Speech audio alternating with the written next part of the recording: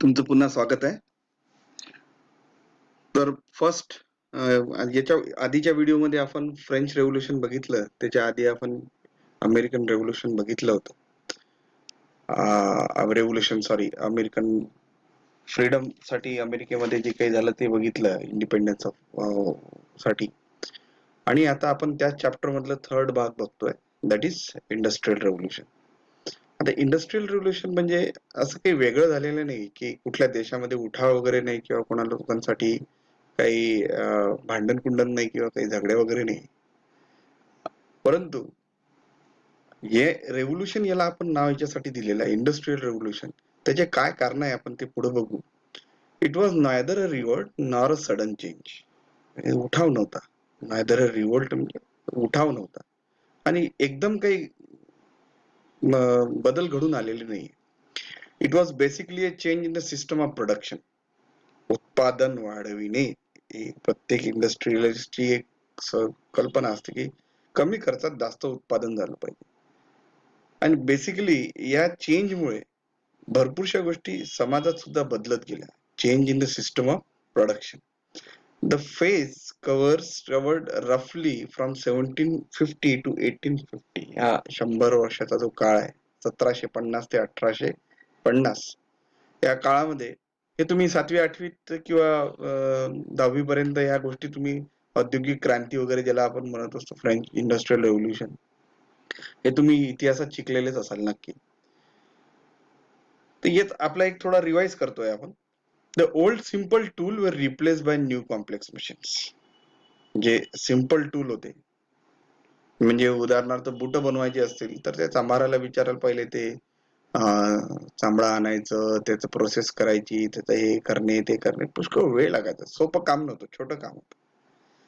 मग simple tools वर replace bye new complex machines. आजच्या तारखेला नवीन नवीन नवनवीन मशीन्स मुळे काम सोपं होत चाललंय. कापडच घेऊन घ्या.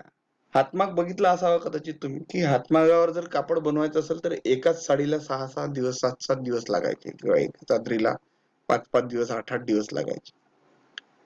आणि आता अवघ्या 5 किंवा 10 मिनिटातच एक साडी बाहेर येऊ शकते, अशा मशीन आपण बनवलेल्या.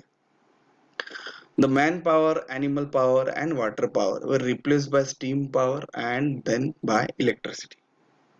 पहिली मनुष्यबळ वापरायचे, नंतर पशुबळ वापरलं, मग आपण पाण्याचं सुद्धा बळ वापरलं. मग या सगळ्या गोष्टी बदलल्या आणि हळूच त्याच्यात आता स्टीम पॉवर आलं. स्टीम इंजिन तुम्ही बघितलं असेल, ते सगळ्यात मोठं क्रांती होती. औद्योगिक क्रांतीचं पहिलं प्रतीक म्हणजे स्टीम इंजिन म्हणता येईल. ते इंजिन इतकं फास्ट धावायचं की लोकांना भीती वाटायची की नेमकं याच्यात काय आहे, की असं कसं हे इंजिन पळू शकतं, ना घोडा आहे ना काही नाही, दैवी शक्ती आहे की काय. आणि मग ते बदललं आणि इलेक्ट्रिसिटी आली.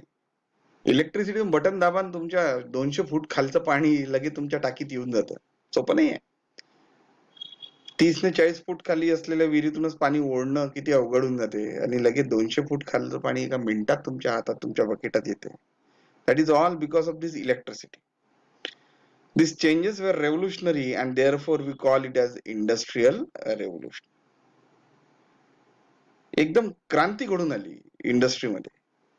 नवनवीन तंत्रज्ञान वापरून एकदम क्रांती घडून आली. आणि दिस चेंजेस वर रेव्होल्युशनरी. हे जे काही बदल होते एकदम क्रांतिकारी होते.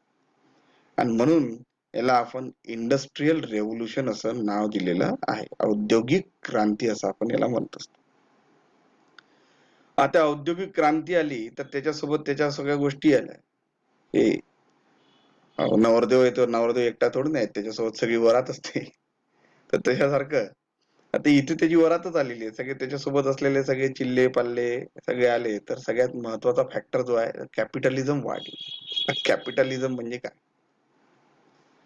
Commercial classes occupied prominent places in European states. आता कॅपिटलिझमचा अर्थ आपण समजून घेऊ, की ज्याच्याचा जो पैसा होता त्यांनी पैसा गुंतवणूक सुरू करून दिल्या. उद्योग वाढवणं सुरू केले. इंडस्ट्रीज मोठ्या करणं सुरू करून दिल्या आणि इंडस्ट्रीज मध्ये प्रोडक्शन वाढलं. ठीक आहे. इंडस्ट्रीज मध्ये काय वाढलं, आता नवीन उत्पादन क्षमता आलेली आहे, त्याच्यामुळे ऑलरेडी प्रोडक्शन सुद्धा वाढलेलं आहे.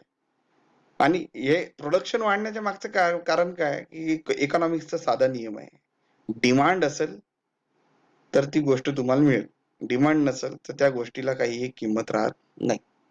एकेकाळी सायकलांना इतकं जास्त महत्व असायचं की सायकलीशिवाय काम व्हायचं नाही, परंतु सायकलींची डिमांड मोटरबाईकनं संपवली.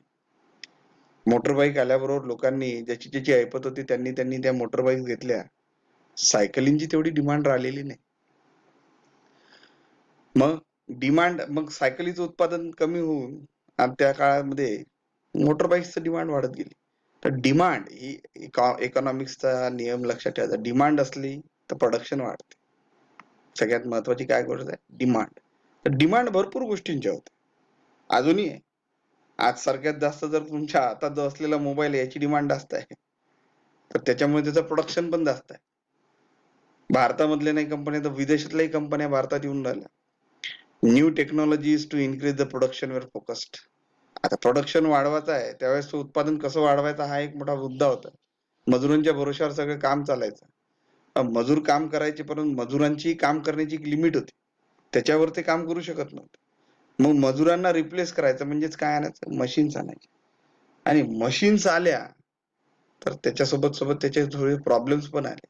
New method of production, new social structure, new lifestyle and new ideology together are referred as industrial capitalism. New method of production, नवनवीन पद्धत उत्पादनाच्या, नवीन सोशल स्ट्रक्चर तयार झालं. कामं मिळाली लोकांना तर सामाजिक एक स्ट्रक्चर बनत गेलं. मजूर वर्ग आला तर कॅपिटलिस्ट लोक पण आले.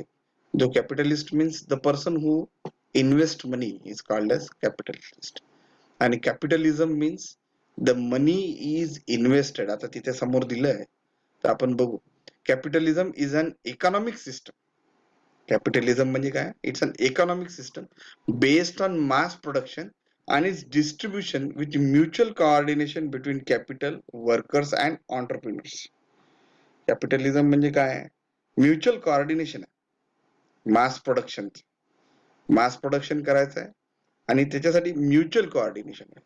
म्युच्युअल म्हणजे आपसी, कोऑर्डिनेशन म्हणजे काय म्हणता येईल त्याला, देवाणघेवाण किंवा मग दळणघळण जी काही त्यांनी करायची, व्यवहार करायचा, व्यापार करायचा, त्यासाठी mutual coordination between capital. Capital means the one who is investing the money. Capital म्हणजे पैसा. कॅपिटल म्हणजे कुठल्या एका राष्ट्राची राजधानी वगैरे नाही. Capital means money and workers. मग कोणी पैसा लावतोय, इंडस्ट्री उभा करतोय, फक्त इंडस्ट्री उभी केल्याने पैसा येणार का? नाही, त्याच्यासाठी लागणार मजूर, वर्कर्स अँड ऑन्टरप्रिनर्स. म्हणजेच छोटे छोटे जे नवनवीन व्यापारी आहेत त्यांना सुद्धा तो जे माल त्यांनी बनवलेला आहे तो विकायचा. म्हणजे ह्या तिघांमध्ये एक पैसा गुंतवतोय, एक माल बनवतोय त्या पैशामुळे, आणि तो माल नंतर मग त्या ऑन्टरप्रिनर्सनी नेऊन विकायचा, व्यापाऱ्यांनी नेऊन विकायचा. या तिघांचं जे म्युच्युअल कोऑर्डिनेशन आहे त्याला कॅपिटलिझम असं म्हणता येईल. आणि याच्यामध्ये एकमेव गोष्ट म्हणजे काय? भांडवल गुंतवणे आणि भांडवल बनविणे. पैसा गुंतवणे आणि पैसा बनवणे हे एकमेव त्यांचा उद्देश. मग कॅपिटलिझम आलं म्हणजे पैसा आलं, उत्पादन आलं, तर तुम्ही उत्पादन आता लोकांपर्यंत पोहोचणं जरुरी आहे. New sea routes were discovered during the 15th century. 15व्या शतकामध्ये नवनवीन सी रूट्स निर्माण झाले. मग सी रूट्स निर्माण झालेले आहेत म्हणजे निर्माण केले, शोधून काढले. मर्चंट पूल टुगेदर. आता युरोपमध्ये कसं आहे की सगळे जवळजवळ राष्ट्र आहे आणि समुद्री मार्गाने हे एकमेकाशी कनेक्ट होते. उदाहरणार्थ इंग्लंडचा एखादी राजा व्यापारी आहे, त्याला फ्रान्समध्ये येऊन काही विकायचं असेल तर समुद्री मार्गाने तो आला आणि त्याच्यासोबत त्यांनी गाठभेट घेतली, म्हणजे दादा मी तुम्हाला येऊन हे विकणार, अमुक गोष्ट विकणार आणि त्याच्या बदले तुम्ही मला ही गोष्ट द्या, म्हणजे ती जहाज सुद्धा रिकामी वापस जाणार नाही. मग याच्यामध्ये दोघांचाही फायदा होणं जरुरी आहे. मग मर्चंट पुल्ड टुगेदर म्हणजे पुल्ड म्हणजे सगळ्यांनी एकमेकांसोबत एकत्र यायला सुरुवात केली.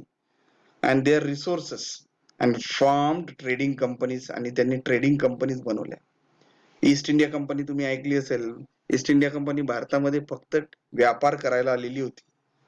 मग त्यावेळेस ईस्ट इंडिया कंपनीने व्यापार करण्याच्या दृष्टिकोनातून आशियामध्ये भारत गाठला आणि भारतामध्ये व्यापार करायचा याच्यासाठी त्यांनी पार्लमेंट मधून परमिशन घेतली होती. मग हे सगळे व्यापारीच होते. तेव्हा ब्रिटिश गव्हर्नमेंटचा कुठल्याही प्रकारचा इंटरेस्ट नव्हता. हे ट्रेडिंग कंपनीज लक्षात ठेवा. ईस्ट इंडिया कंपनी तशीच आपल्या भारतात आली. This brought prosperity to the European nations.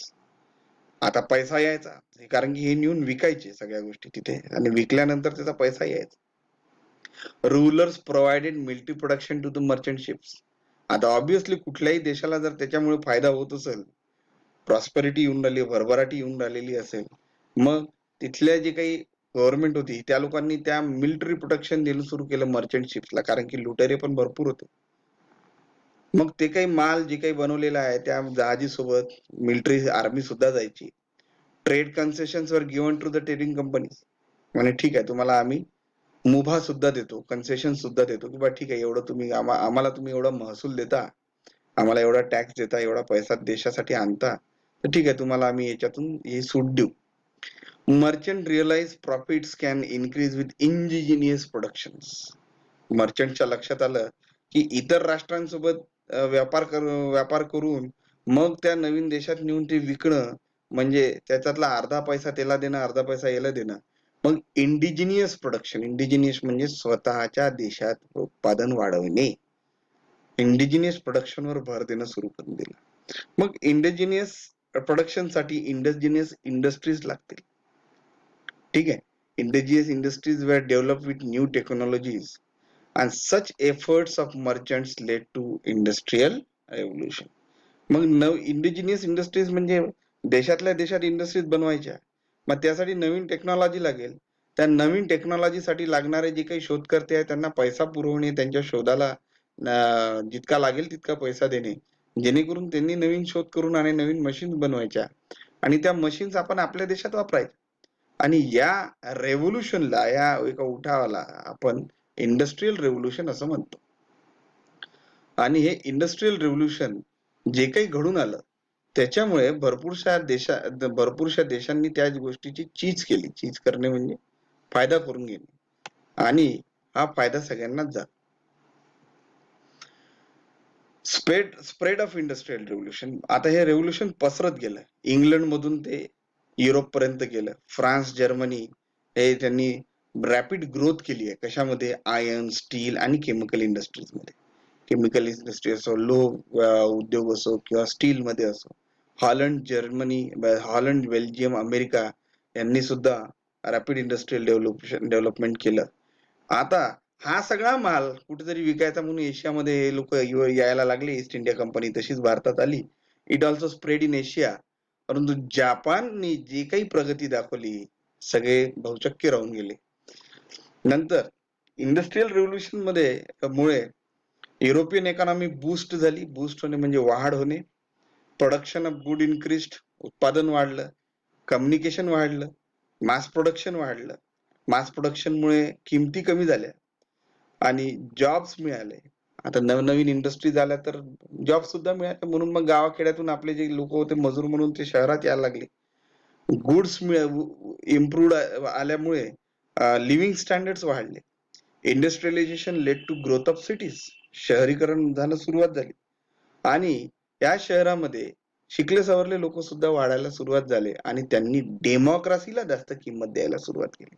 आता फक्त याचं नाही ऐकायचं, किंवा मिल मालकाचं किंवा मालकाचं ऐकण्यापेक्षा लोकांच्याही गोष्टी ऐकणं जरुरी आहे.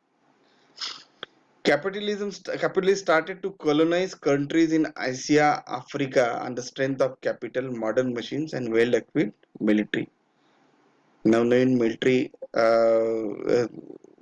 सगळ्या गोष्टींमध्ये एशिया आणि आफ्रिका या देशांमध्ये यांना या गरीब जे राष्ट्र होते, राज्य होते, यांच्यावर नवीन तंत्रज्ञानाच्या वापराने या लोकांनी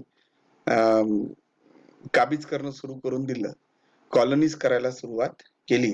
तर हे कॉन्सिक्वेन्सेस आपण आणखी एका पुढच्या व्हिडिओमध्ये बघू, आणि याच्यामध्ये आपण डिटेलमध्ये आपण बघायचं की कशा प्रकारे या कॉन्सिक्वेन्सेस आपल्या याच्यात बदल होत गेले, आणि त्याच्यामुळे लोकांच्याही जगण्यांमध्ये सुद्धा भरपूरसा फरक पडला.